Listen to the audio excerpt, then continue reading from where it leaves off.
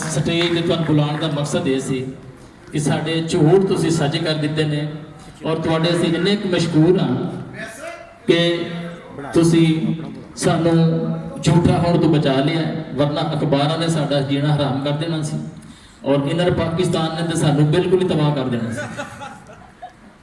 ਤੇ ਮੇਰਾ ਖਿਆਲ ਹੈ ਕੋਈ ਵੱਡਾ ਰੋਜ਼ਾ ਰੱਖ ਲਿਆ ਸਾਡੇ ਹੀਰੋ ਨੇ, नहीं आए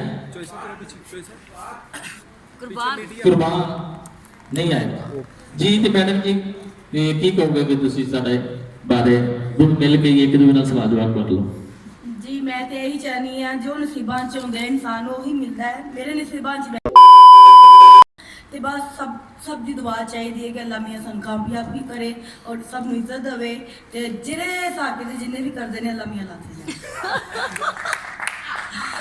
हाँ जी बिल्कुल नसीब की गल होंदी है। मेरी भी डन हो गया था, मतलब है कि मेरा रिज़्क साथ के नाल सी।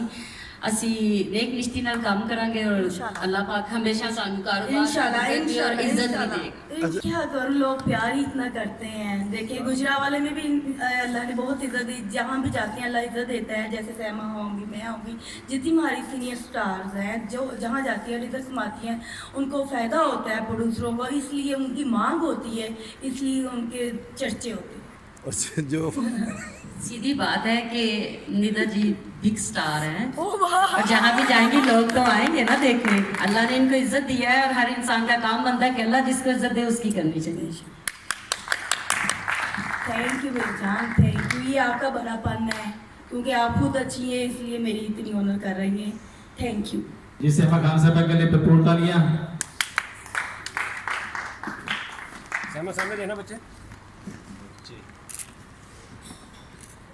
एक और मतलब आप साथ आएंगे मतलब ओके। सैमा खान साहब यही रहेंगी। निदा साहबा आपका बहुत बहुत शुक्रिया। सत्र वसूल करेंगी जनाब मैडम हनी साहबा। जी सैमा नहीं तो मेरे कैमरे में बच्चे ये तेरे कैमरे की है वे बड़ी देर बाद खुले बहुत ही थैंक यू वेरी मच सैमा।